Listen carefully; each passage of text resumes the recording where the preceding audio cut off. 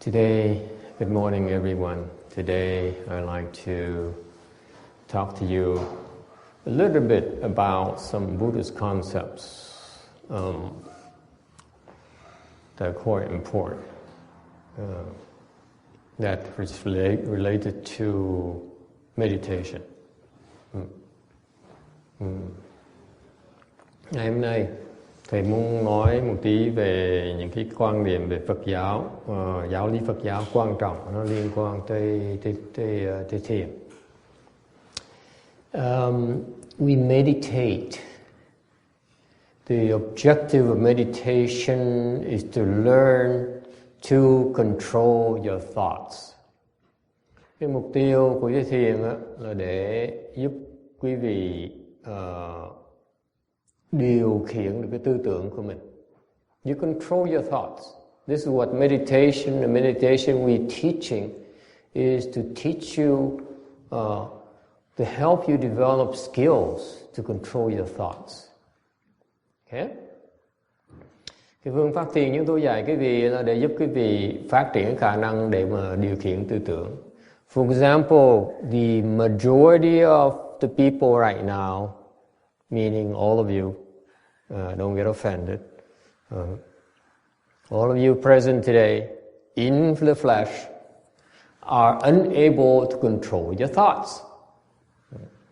Chẳng hạn như những cái vị có mặt hiện ngày hôm nay đó, là cái vị không có thể điều khiển tư tưởng. What do I mean by that? Your thoughts are arising one after another, unceasingly, and you can't stop them. Tại vì hiện bây giờ cái trong đầu quý vị một cái tư tưởng nó liên tục, nó nối tiếp nhau, từng tư tưởng tới tư tưởng khác mà quý vị không thể nào ngừng được.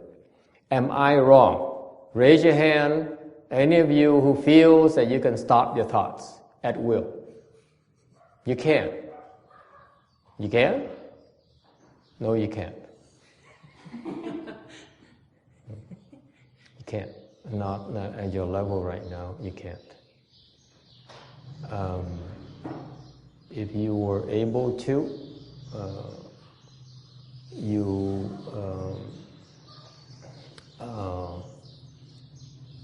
would be having a different state. Okay.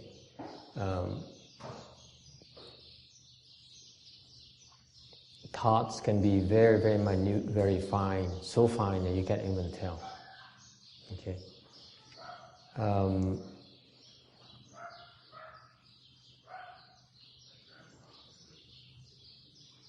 The people who are able to stop their thoughts are in Buddhism, belong to a different group of people that we call, I be lenient a little bit. We call them sages, meaning they're able to have the kind of wisdom, the kind of understanding that normal people do not. And that manifests itself. The wisdom cannot reveal itself, cannot function unless you stop your thoughts. Okay? Bên Phật giáo mình, cái người mà nôm na nói, cái người mà có thể ngừng cái tư tưởng là thuộc cái dòng của cái hạng người gọi là thánh nhân. Để nói hơi rộng một tí thì ra không phải hoàn toàn ai cũng thánh nhân có thể ngừng lại được. Vì đa số những người đó là thánh nhân là tại vì cái thánh nhân có nghĩa là họ có một cái sự trí huệ mà cái người thường không có, họ hiểu những cái, để biết những cái người thường không biết được. Okay? For example, I'll give you an example, a proof that you are not able to stop your thoughts. Do you still have sexual desire? Raise your hands. How come I only see 2 hands? The rest of you hiding your true identity? Okay. If you still have sexual desire, then you still have thoughts. Okay?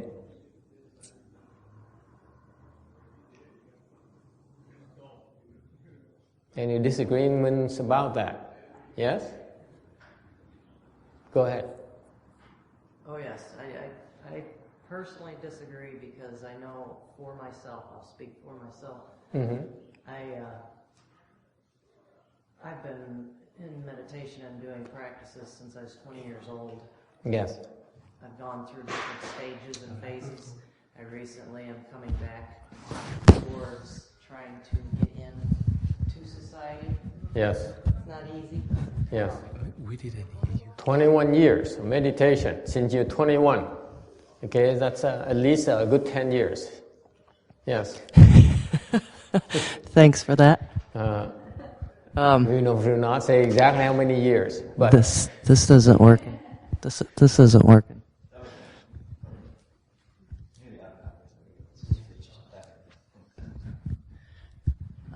it's okay. Never mind. Anyway, my point with as far as sexual desire. Yes. I have been in situations with my meditation, my prayer meditation, my position where I have like eliminated the desire. Coming back to society, it's like, yes, I would like to have a mate. So being human, sexual desire is natural. It's not that I can't or won't get away from it. It's I'm choosing to get back to this society I live in, and that's part of it for me. So that's just me.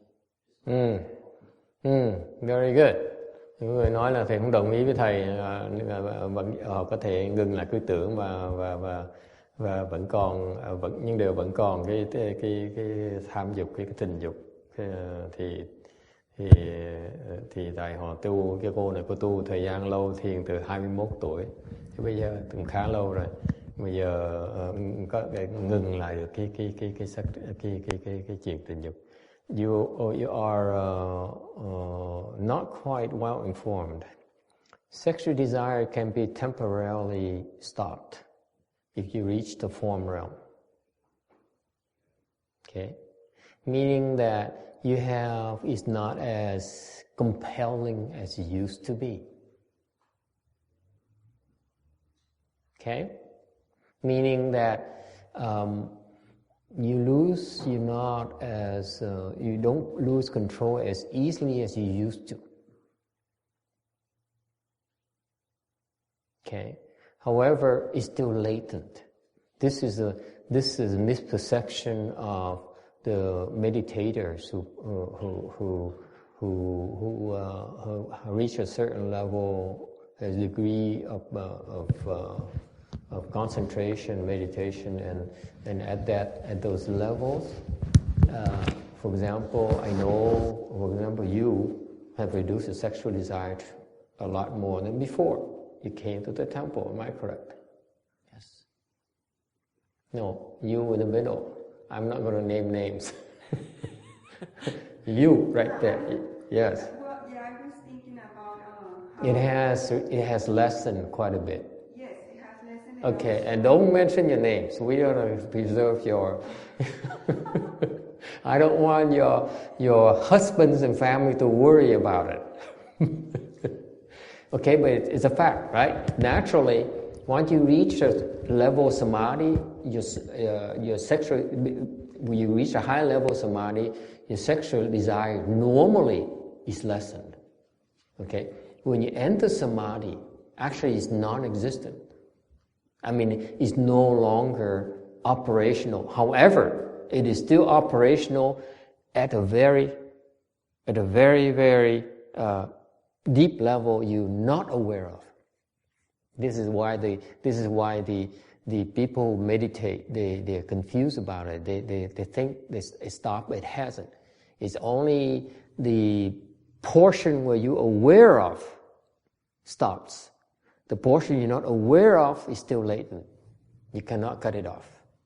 And that's why you still go back to it. Because once you cut it off, you have no more desire for it. It becomes undesirable, if you will. Yes? This is where it comes into play one of the most difficult aspects of meditation not meditation itself, is just to continue to live our life. Yes. With our daily how do we it's not necessarily about sexual desires or whatever. All the elements that compound to get rid of for them to understand that. Okay.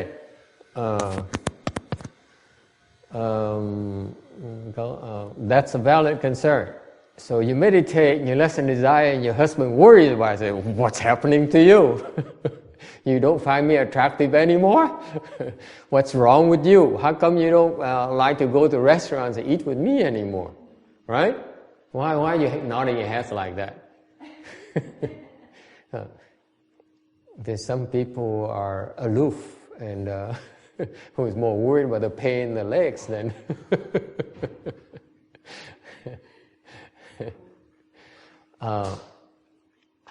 those are valid concerns, and eventually you learn how to adjust to your changes, and your family have to adjust to your changes. The fact is they're real, okay? Meaning that you're not as excitable, shall we put it that way, as before, by not only sex, by many things, by food, by sleep, by clothes, by cars. Yes or no? Yes. Yes. Oh, this is scary. More and more so, right? The more you come, the more you become, shall we say, even keeled, meaning less ups and downs. Yes. Right? The ups and downs there is you've been drawn out by these desires, whether it's sex or whether it's food, whether it's anger and those things. Right? Those are the things that draw you out. Now you're not as drawn out, meaning your range before used to be like this. Now it becomes smaller. Okay? When you choose to be. It doesn't mean that it's no longer like this. Now you have more control over your thoughts so that you allow your thought to have this smaller range. However, when you choose to, you can go like this. You can go back to sexual desire and enjoy it just as much or even more. Yes? You're still normal, trust me. Okay? You only control it. You're allowed to go smaller and smaller and smaller and smaller as you progress. Okay? But the moment that you choose to, you go back like this. Anytime you choose to. So do not confuse that with the fact that you should not be worried about that, because right now, with your increased meditation skills, you have a choice not to allow those things to disturb you. And when you choose to, like what she said, I want to go back to, living what she calls a, quote, normal life. What it is that actually it is a misconception. Life is no more abnormal for you, those people who choose to be like this, than ever. It's just that you happen to be, what? More efficient. You don't waste your energy. This is a lot of energy being wasted. Right? This is you conserve energy. You only go this much. Is it clear? This is why we meditate, because we meditate to control our thoughts, fluctuations. We every now and then you have a go up like this, and then you go back to it right away, right? Yes, you walk by and you see a person walks by and say, "Wow, that's pew," right? And then I say, no good. You go back like this, right? Boy, why are you all smiling? You women all smiling. Am I saying something that's kind of private? No, we agree. We agree? Yes. Meaning see, you're normal. That's precisely my point. You still are drawn out, right? Yeah? Yeah? Yes. Of course. That's the spike. You drawn out meaning you spike up. And then you say, oh, I'm with my husband. Chew! You control. But then you go, you see, you're still normal, you're still very normal. I assure you. Just don't tell your husband. So do we lose our families eventually? What? Do we lose our families eventually? You lose your family eventually? Yeah, when you die, yes. No, I mean in all of this process. So, what it means is that you're learning to live more efficiently, use your energy more efficiently, and what it also means your family needs to learn to adjust to it. You're no longer as wild as you used to be, where you go like this, like with them. So you recognize they're fluctuating by the wild, okay? And they're wasting energy. They eat more than you do. They sleep more than you do. You know, they get more tired than you do. They drink more Red Bulls and 5-hour drinks than you do. Okay?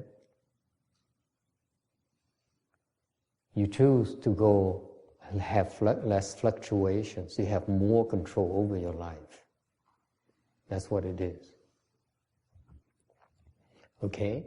And the other part of it is that the wisdom that's involved, that is, you're not as turned on by those things that you used to be. Right? Okay. Does it mean you have no longer have more appetite for those things? You still do, right? You still do. It's just that you are not as, you don't want those things as often as you used to. Am I correct? For example, when you reach from first dhyana through fourth dhyana, you enter that samadhi, you have no sexual desire. This is why the externalists, when they practice meditation, they think they put an end to sexual desire. No, they haven't. He only suspends it. Stops it only at that point when you're in samadhi. But when you exit samadhi, you're still turned on by the opposite sex. You are still sexually engaged. Okay? So anyway, it's just a Buddhist knowledge. It doesn't matter. But the point here is that it's still there. You don't have to worry about it. Okay? And part of your skills, part of your wisdom in engaging to society, in living a so-called normal life, is to learn to function with your new knowledge, your new understanding. Meaning that you need to educate your family. Okay?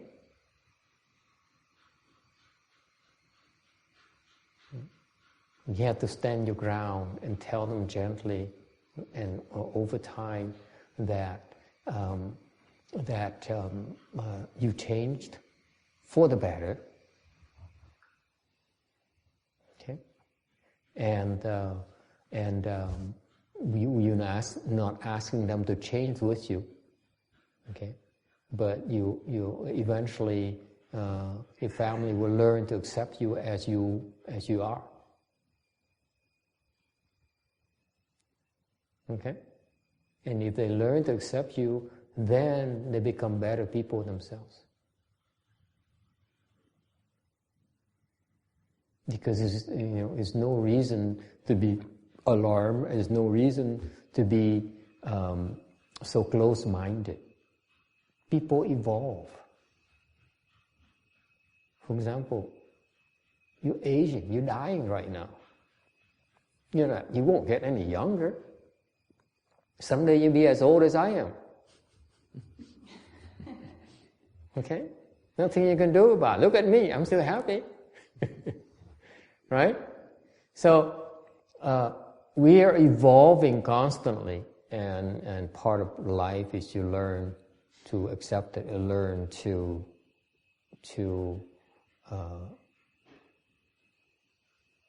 improve, like that wine.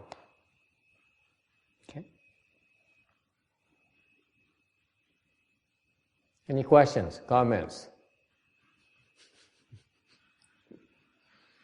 Okay.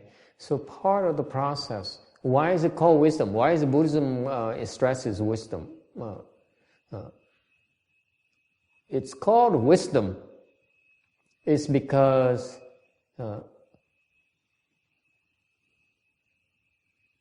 it makes you aware of the problems that you face instead of ignoring those problems. And once you be aware of those problems, for example, the problem you're aware of right now is you changed, and that you're not as fluctuating as wildly as before, okay? But however, you still have commitments to your family and to your friends. So now that becomes a problem, right? They're worried. They were worried of losing you. They're worried that you disappear for an hour and a half, 2 hours at the temple. You come back and you look like a saint. You're so happy. Okay? And now they're worried. I said, what did they do to my wife? Okay? What did they do to my husband? And is she gonna leave me? Or did she find someone else who's more saintly than I am? You know, all those things. So you are faced with new problems you need to fix, learn to deal with, and cope with. And that's part of the nature of the wisdom you're acquiring. Okay? The meditation skills will help you become aware of those problems. And then if you're aware of those problems, you want to commit to solving those problems and develop the ability to solve those problems. That's why it's called wisdom. Wisdom is the ability to solve your problems effectively, not ignoring them. Okay?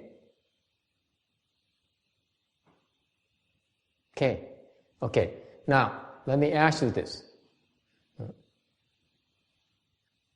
When you are in pain,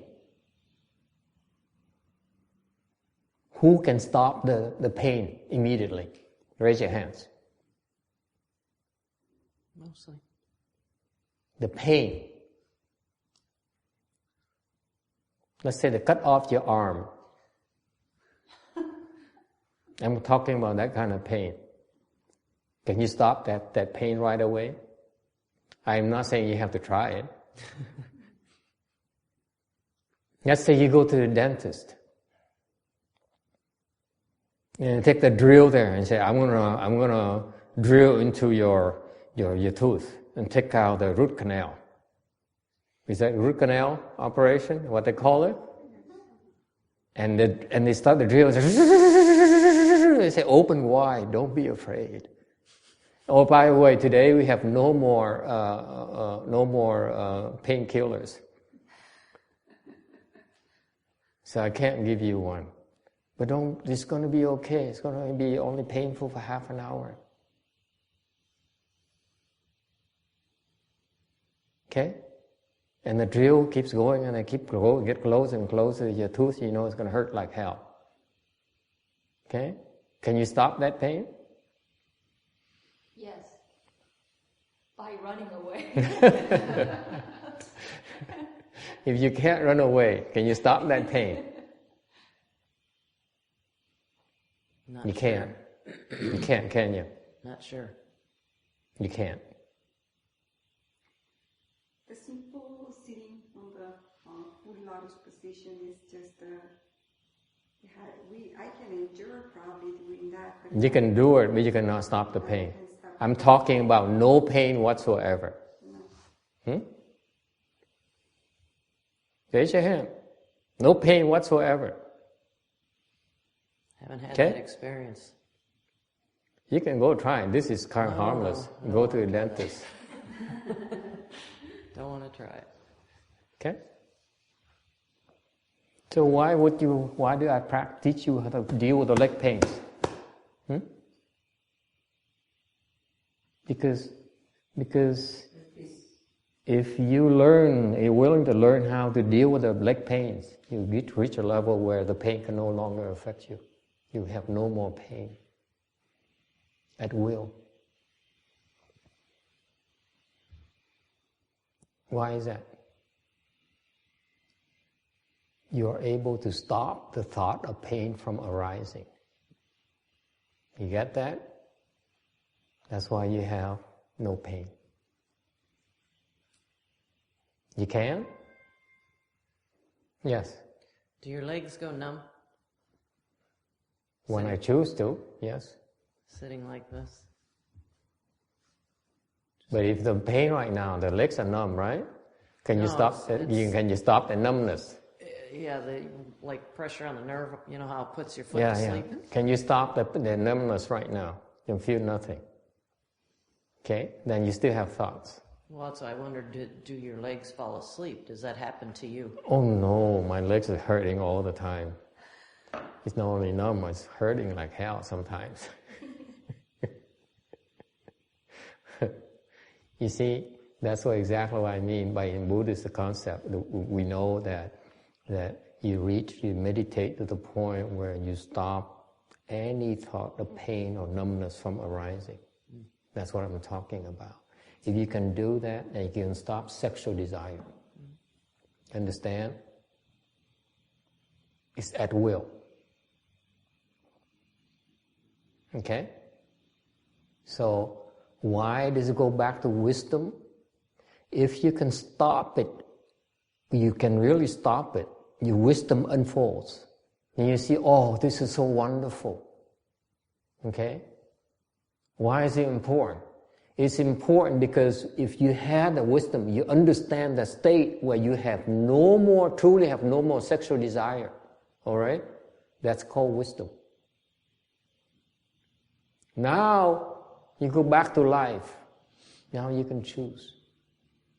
Do I want to have sex or don't I? Okay?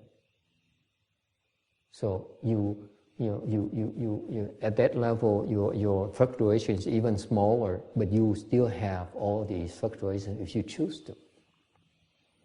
Wisdom is is a fact you choose not to do it. Until you stop your thoughts of sexual desire, your thoughts of pain, you cannot choose. You think you have the choice, but you don't. Okay? Any questions about that?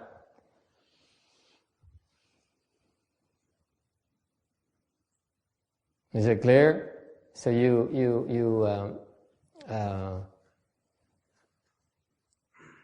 control your thoughts. Going back to the theme today, you control your thoughts. For example, the legs hurt so much. If you choose to, okay? You choose to, you don't even do anything, and you can choose to stop the pain. Okay? So you don't have to stretch your legs, you don't have to get up, you don't have to rub it, you don't have to do anything. Because the pain stops at will.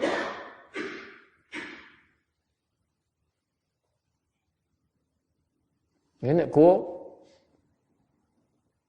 It's very hard to do.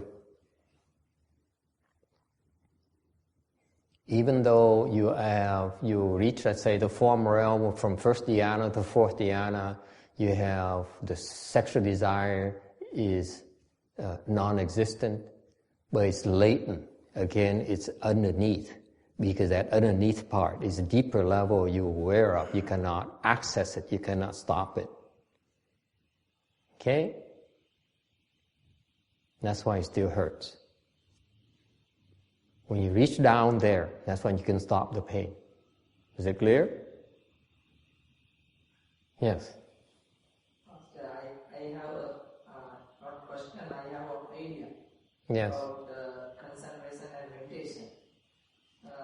According to my opinion, I think if I can meditate, we can analyze if I have a problem, understand clearly. Yes. And other thing is we can analyze what is the question. For example, somebody else come to me, ask me, and blame to us. But I don't know about that. Then we can understand what is the situation, and we can bear, and we can live without worries, because I can understand what I am, who I am, who is I am. So for example, let me ask you something specific. Suppose the person comes to you and says, I want to give you my pain, my suffering. How do you handle that? He says, Master, I'm sick, I'm dying of cancer. I don't want to die. I want to give it to you. Why not? You're the master. You're supposed to save people, save the world, aren't you?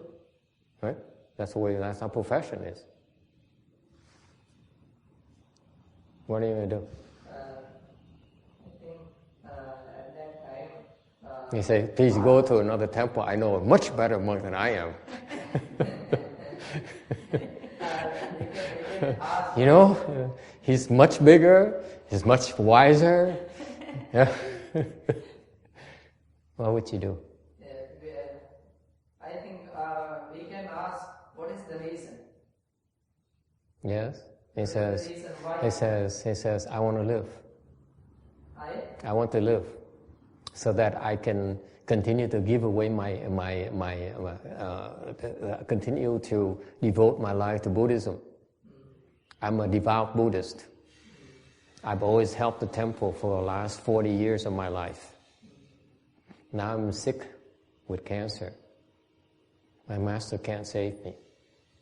So I came to ask my master, can I give my cancer to you? He says, no, you can't. I'm too important to Buddhism. You just go and see Bhante. What would you do? Now he's thinking. Because I don't think about that. See, you don't think about it. That's exactly what I'm getting at. What would you do if you were Bhante? All of you wise people who have stopped pain and have stopped thoughts already, what would you do? Yes? Help them if they are requesting for help. Okay, there's a place for help. Which place is that? He says, I need to live. I want to live.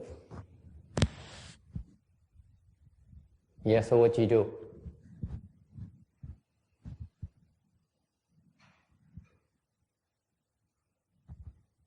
You raise your hand. What would you do? Oh, I was going to say something else. Not necessarily that answer. I don't have that answer. I'm so selfish that I wouldn't say I will help you and give my life. No way.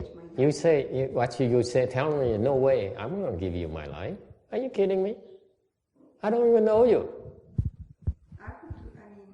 I respect you as a devout Buddhist, but I'm not Buddhist.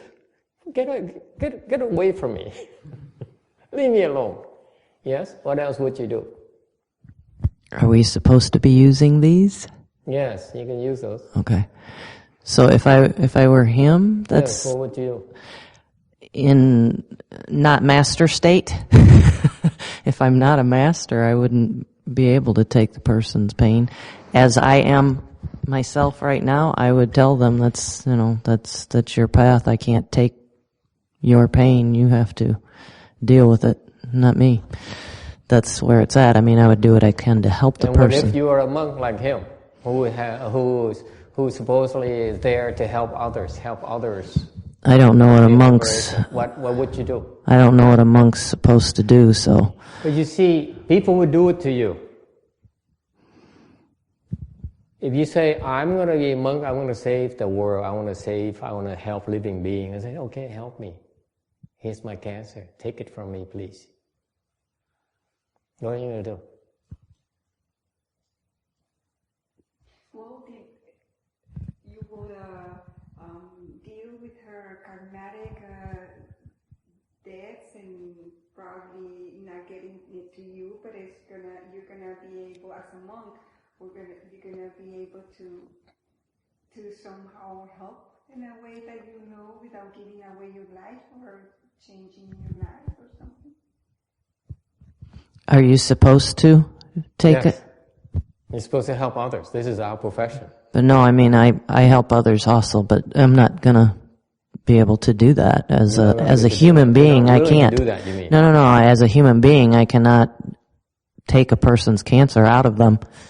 A doctor might be able to, but I can't. I'm always willing to help if I can, to my limitations as a human being. If the patient says, I'm told that I can give it to you if you accept, it could save my life.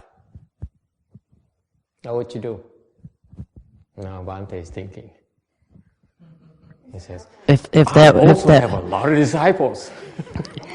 If that were my role and that were my ability, I would do it, yes. You would do it? Yes. Would you? Siente, would you?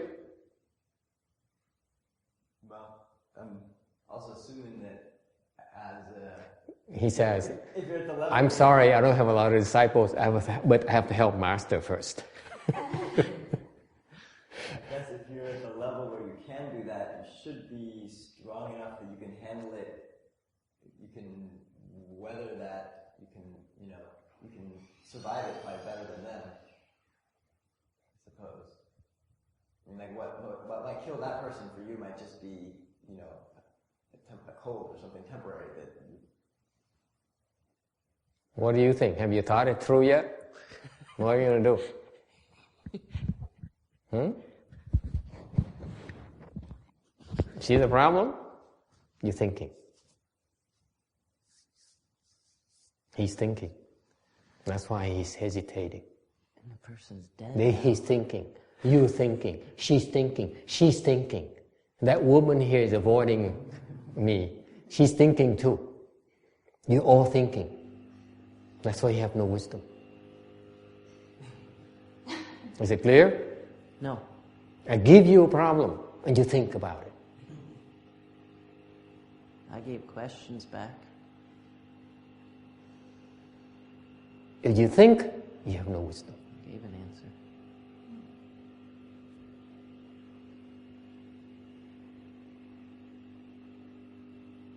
You don't understand. That's all you have to think.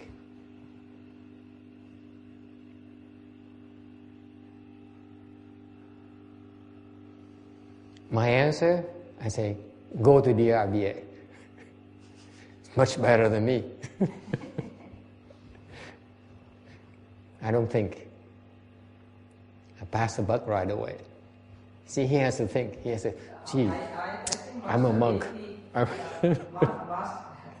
think we can't get other person karma. Yeah? What are you going to do? His karma is respect to his, according to his, he want to face his karma. Yeah? I can't get because his karma. Yeah. It's bad karma, his bad karma, and he want to face. Okay. Here's what happened. Here's what happened. This is the truth. Yeah, I can't. If you allow him to give the cancer to you, you'll be sick like hell. You might even die. Just that thought. You say, yes, I accept. Okay? You'll be sick. And his sickness will lessen. You're taking on his karma.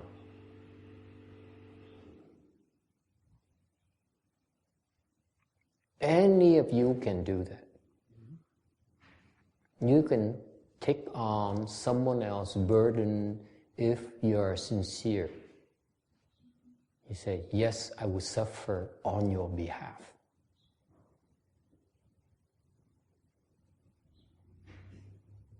the sickness you take on is directly proportional to how sincere you are in wanting it. Meaning that you said, yes, I feel sorry for you, I take on for you. But in the back of your mind says, but I still have a lot of disciples. And I still have a lot of responsibilities. I can't do that. I will take on some. To the extent I'm able to, then you'll be sick. Maybe you have a cold.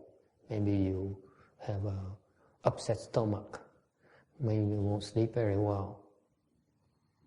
Or maybe you die. Maybe you have cancer. If you're extremely sincere, he'll be cured and you have his cancer. You die for him.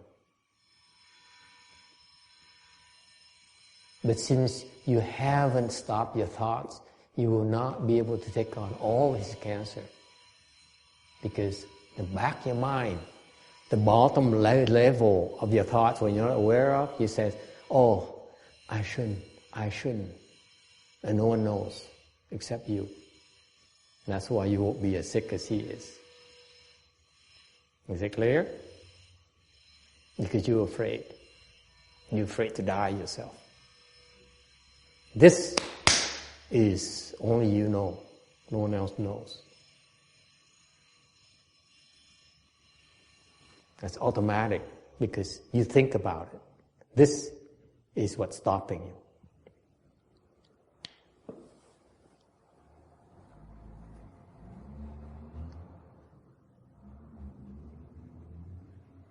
That's why you can't help.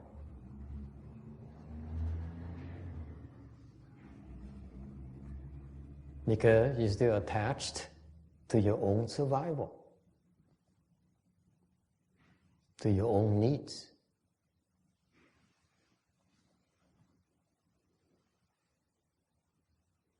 I'm saying this because for a reason. If you agree with my assessment so far, that you will not, most of you are not willing to take on all of it. Right? That's all your answers tell me. You say, it's not my problem. Why do you give it to me? I'm not able to. I can't. It's because you're attached to that ego. It says, I'm important. I can't take on this problem. I have other problems, important problems I need to take care of. I need to do. If you are like that, then you will not be able to help that person as much as you think. Okay? You understand? The path of cultivation, you develop more and more samadhi power, concentration power, to the point where this hidden layer of your thoughts, okay, you can reach it. You say, okay, stop being so selfish. And then you will be willing to... Then you are much better able to go all out, all in, if you will. You play poker. I see I have a poker player here. You don't? You don't? Or am I wrong? Or I use everything I can think of, even including playing poker or mahjong, if you ask the Chinese. Okay? You go all out. You hold nothing back. That's when you are able to help with everything you have, totally, fully, without regrets, without hesitation.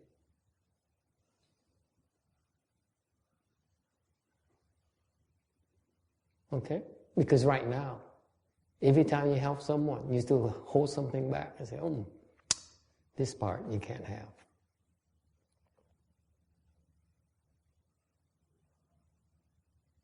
So please don't tell me you love someone to the point you're willing to give up your life for that person.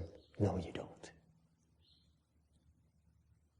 Okay? Because you don't have wisdom yet. Well, what if you have the willingness and you don't have the wisdom, you don't have the... I'm going to speak by myself and I'm sorry I'm crying. I'm sorry, I touch a very soft spot for you. Yes. Yes. I have a way of doing that. I don't know why. But it's not a problem because I know that I want to learn more about it because I have someone that cries for help without being able to communicate. Yes. And never had the opportunity Yes. to learn to communicate. Yes. And I would be willing to give my life for her to change it because I'm worthless. No, that's not a wise thing to do. That's no wisdom. You give your life to her, then who's going to take care of your husband and your daughter? The other children.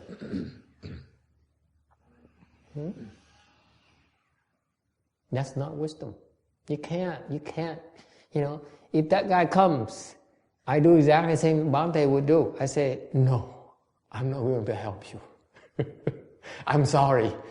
And now I understand it. And now I thought about it. I said, no way. Okay, no way. Why? Because if I help you, how am I going to help the rest of the people? Right? I have work to do. I have commitments. I can't just afford to give everything I have to the first person that comes along, including my life. Because before I got to this point, I made commitment to others already. Is it clear? So what are you? Whimsical? You make commitment and you back out on the spur of the moment? Are you that kind of person? You have no wisdom whatsoever. That's how I would back out of it. I say, please go to... maybe they have no commitments over there. But I do. I'm being truthful. I will help you to a certain level, but I will not give up my life for you. You see, now he's smiling. He's worried. I say, oh my God, I will have to give up my life too. It's a very That's wisdom. It's a moralistic question. No, it's wisdom, question of wisdom. Even if you're able and willing to give up your life for it, should you? That's a different aspect you have to examine before you commit to it. Am I correct? Yes, you develop the ability to give up your life at will to help someone. But should you every single time? If you're able to have the ability to give up your life to help someone, then you also must have the wisdom to use that decision properly.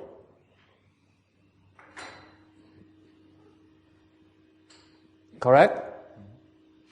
You're hesitating, you're fighting me because you have no wisdom whatsoever. When you face that position, right? You say, let me think about it. No, I'm not sure I can. Yes, you can.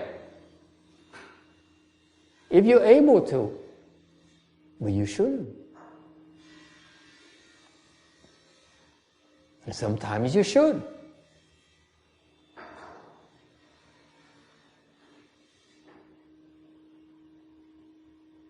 That's wisdom. Wisdom is to make the right decisions to solve the problem. I may ask you this.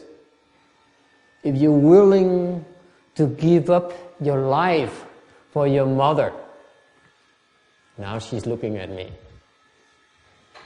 I'm changing my guinea pigs. So that to share the burden. I'm not a burden one person alone.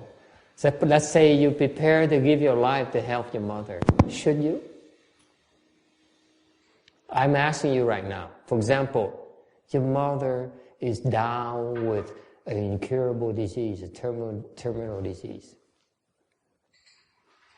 I'm asking all of you now. Your mother is down with an incurable disease. She's going to die. And your mother is only 50. It's not like she's 93 years old where she doesn't have much longer to live. Okay? I'm asking you now, the young one, unattached, almost attached, let me put it that way, almost entrapped. I'm asking you, are you prepared to give your life to save her life? Think about it. How about the rest of you? Are you prepared to give your life for your mothers? No. No. No. How about you? No? 3 no's. How about you? The remaining woman in the class today.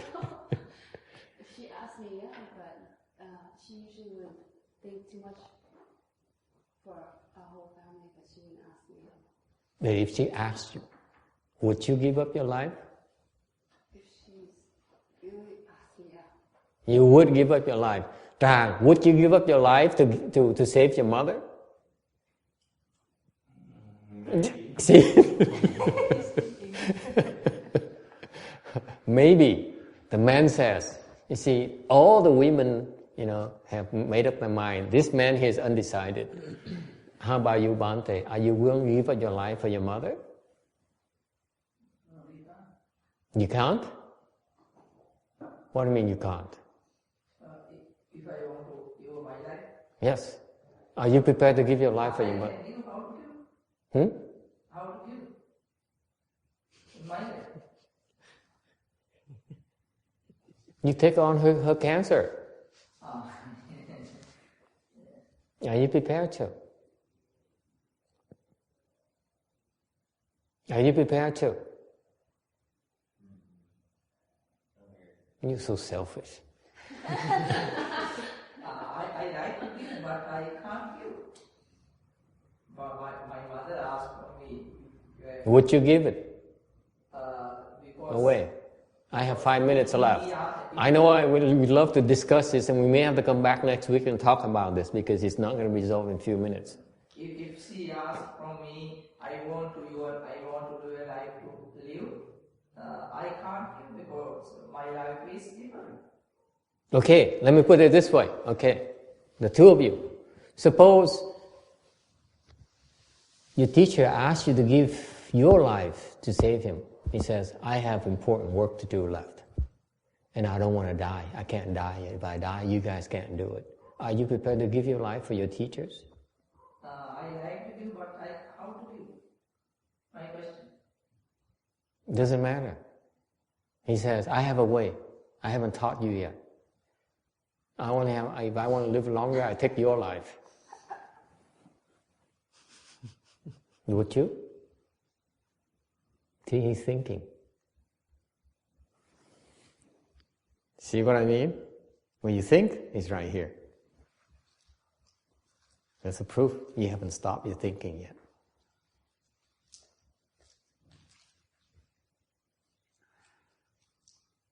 Okay? It's preparation I'll be willing to do it, but I'm not prepared.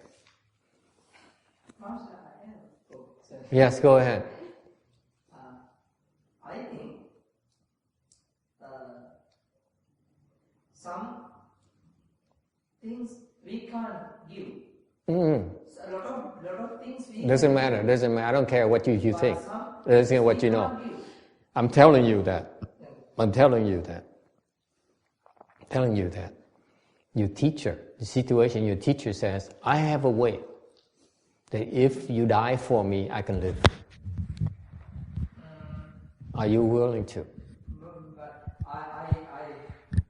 Of course you don't know about it. I haven't taught you yet. I don't know what is the way. Yes. Firstly, But there is a way. I don't know way. Firstly, I know, it's good enough. Suppose I'm your teacher. I say, I know a way. I need your life. Firstly, I ask, please can you explain what is the way? But what's the point? I explain it to you, you're going to die anyway.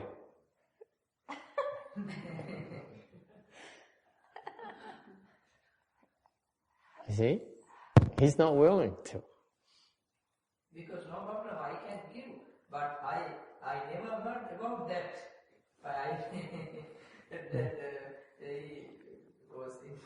Because in your life, you haven't faced the matters of life and death often enough.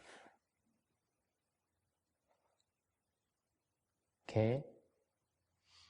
every time you face the situation of life and death, you have to decide how you're going to deal with it. I know you guys are sheltered. You folks are sheltered. You say, oh, my life, I'm full of life. So much to look forward to. More people I can fall in love with and get married to. All these handsome young men out there. These wonderful men out there I can make so happy. And so on. Okay. You still have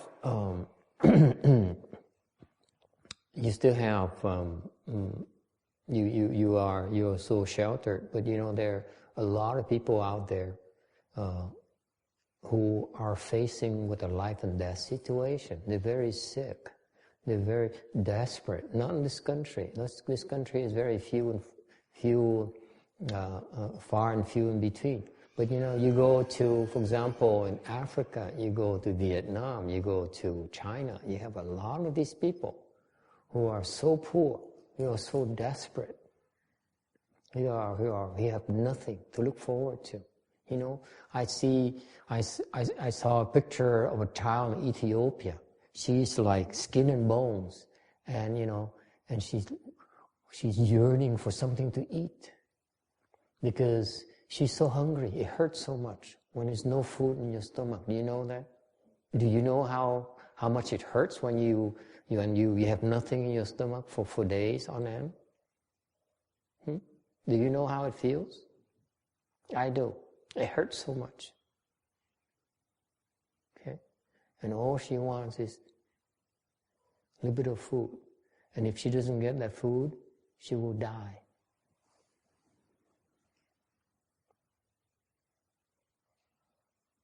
See, we are so sheltered. You are so sheltered. You don't have to face with these real-life situations where people are so sick. They want to live.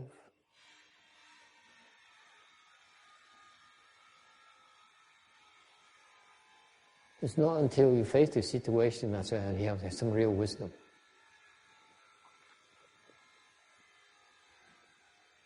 Okay? Wisdom arises from you learn to deal with situations you can't solve. When you find a way to solve it, that's when you acquire wisdom. Now you can do things that you could not before. It's called wisdom. And you do that by meditating.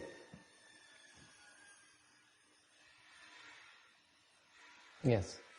What's the difference between rationalizing something and then using wisdom? Wisdom. What's the difference? What's the difference? Yes. Wisdom is that you know exactly what to do without thinking.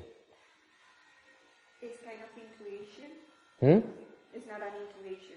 It's the intuition. Okay. What you call intuition, what you women call intuition, what we men call, I don't know what we men call it. We think intuition is a female thing. Is it gut feeling? Yeah, gut feeling. Yeah, my gut feeling tells me, the man would say. But women says, my instinct, my intuition tells me, and so and so.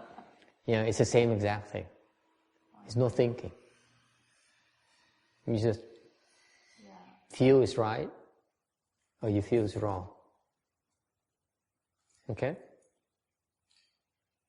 And this is something you lose when you go to school. You lose your intuition. Ask a young lady there, she will generally name nameless. The more you go to school, the more you lose your intuition, because the more the school requires you to rely on your analytical skills.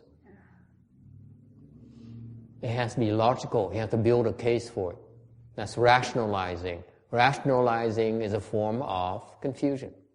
If you ask the purist, the Chan purist, he says, you rationalize, then you lose your clarity of mind.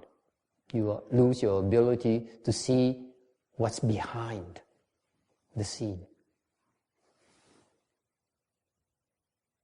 Rationalization is a top level.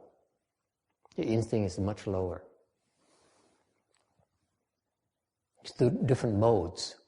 If you say, let me think about it, you're rationalizing, then you lose your clarity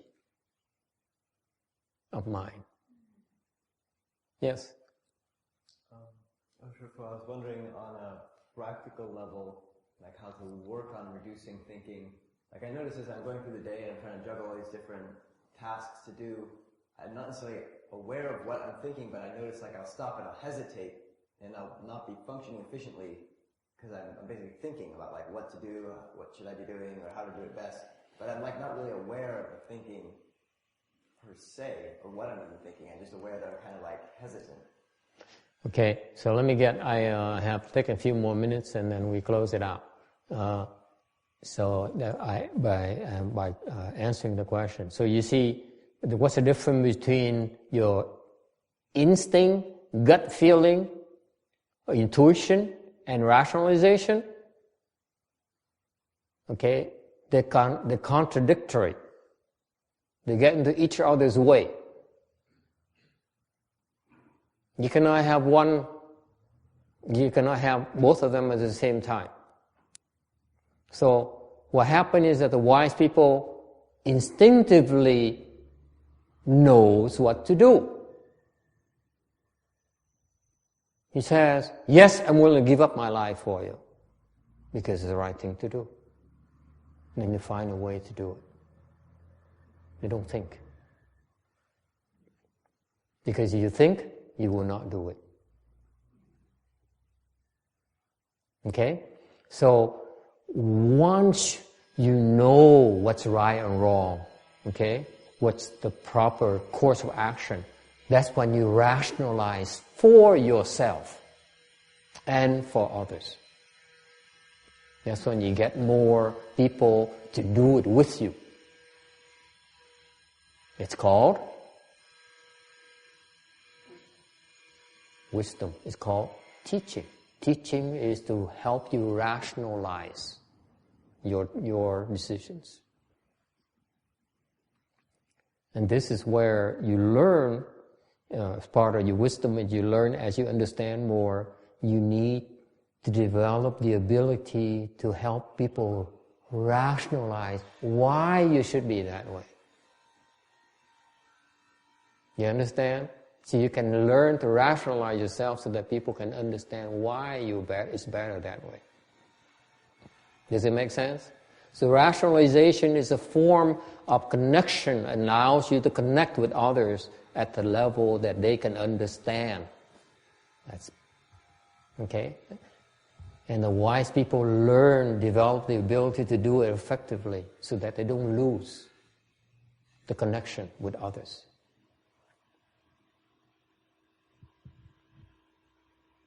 There's a difference between going off into the wilderness and meditate and living here in society and meditate. In society, we need to learn, develop the ability to connect with others, to help rationalize, to learn how to rationalize ourselves, to help others learn how to better rationalize themselves. Okay? When you're out there in the wilderness by yourself, you don't have that ability. Yes? I'm not sure if rationalize is the right word, because it has a particular connotation of actually being almost an irrational thing to do. Rationalize usually means, I think what you just mean is like, be rational, or use logic to convince somebody, or argue to support your case. Because rationalize usually means like, you do something which is often stupid and the wrong thing, and you come up with a false story in your mind to justify it. It almost means like justify. I think it's just not the exact right word. Does that make sense to you? But what you basically mean is use reasoning to support your case. Yes. In a sound or valid way. You're not. That's rationalization. It's no different. It's the same. It's the same exact thing. Now, it's only because you don't know how to do it yet. That's why you're still distinct.